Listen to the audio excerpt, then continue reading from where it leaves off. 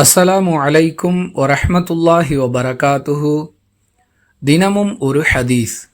காலையிலும் மாலையிலும் இரவில் சிறிது நேரமும் அல்லாஹுவிடம் உதவி தேடுங்கள் என்று அல்லாஹுவின் தூதர் ஸல்லல்லாஹு அலைஹி வஸல்லம் அவர்கள் கூறியதாக அபூ ஹுரைரா ரதியல்லாஹு அன்ஹு அவர்கள் அறிவிக்கிறார்கள்.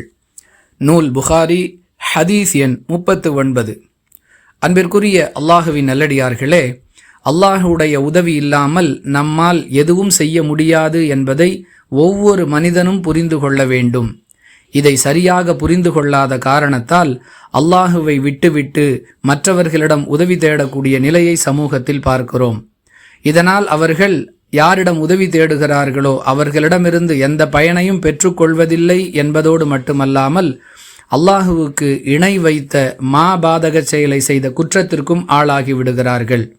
எனவே ஒவ்வொரு மனிதனுக்கும் இந்த புரிதலை நாம் ஏற்படுத்த வேண்டும்.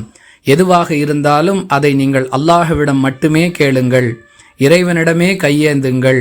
இதையே ரசூலுல்லாஹி ஸல்லல்லாஹு அலைஹி வஸல்லம் அவர்கள் நமக்கு கற்றுத்தரும் விதமாக காலை மாலை இரவு எல்லா நேரங்களிலும் அல்லாஹ்விடமே உதவி தேடுங்கள் என்று அறிவுரை கூறுகிறார்கள். புரிந்து நடந்து கொள்வோம்.